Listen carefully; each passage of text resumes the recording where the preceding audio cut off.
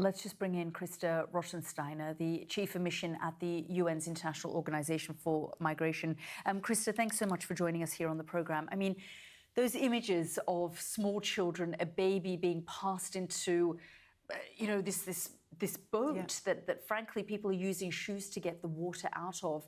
Those sorts of images always sort of emerge, and it shocks every single time. Absolutely. It's really shocking. It's really heartbreaking to see, as a mother in particular, to think that parents see no other alternative than to undertake those dangerous journeys. IOM, as the UN's migration agency, we work in over 170 countries. And we know where people are coming from, and we can see the conflict that drives them away. We see the desperation also to make a living. So until we have addressed those drivers, then we will continue to see those tragic images. And sadly, hopefully the people we're seeing on the boat, they're going to arrive, but many don't. So last year, 82 people lost their lives when they crossed the channel.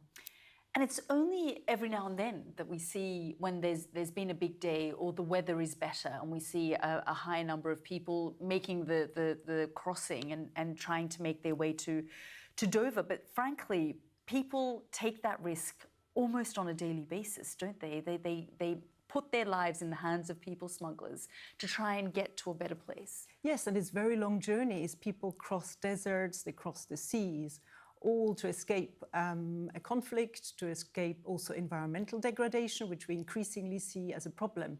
So what we really need to do is address those drivers. We need more international cooperation that tackles conflict, that looks at climate change as a driver. And IOM works in many of these countries, and we try to find solutions so that people can stay at home. But we also need more pathways for people to travel safely, because if there are no routes, then they will take dangerous journey, and it drives them into the hands of smugglers. So we can actually find ways for people to travel safely, for example, through family reunion. So through these safe pathways, people can arrive safely and then make a new living. You know, Christa, the conversation we're having right now feels like deja vu, because you obviously know and recall and were in the mix 10 years ago when we saw over 1 million people arrive on European shores, and there were so many big conversations being had at the time. How do we deal with this? How do we tackle this crisis? How do we tackle this problem? How do we deal with the source, countries where people are fleeing from? At the time, it was the likes of Syria, for example. But it doesn't feel like any lessons have really been learnt. Well, it's very difficult because we need to address conflict. So at the moment, if we look at the channel, most people who come on the small boats, they're from Afghanistan, where there's conflict, from Eritrea, where the situation is very difficult, and also increasingly from Sudan. And IOM is on the ground, and we know that 11 million people are internally displaced, and 4 million have had to flee to neighboring countries. So, of course, we will see people who look for safety. So we need to address these drivers, but they're constantly changing. But I think the big lesson is that the international community needs to invest more in tackling those drivers, in finding solutions to conflict, and also having pathways so that people can travel safely. Because we know these are issues that are politicized, they're controversial, they sort of split societies where, the politicians often use it as well as a talking point during election times and for the electorate. And yet the root causes, no matter how much people like yourself and others talk about trying to tackle it, it just doesn't happen.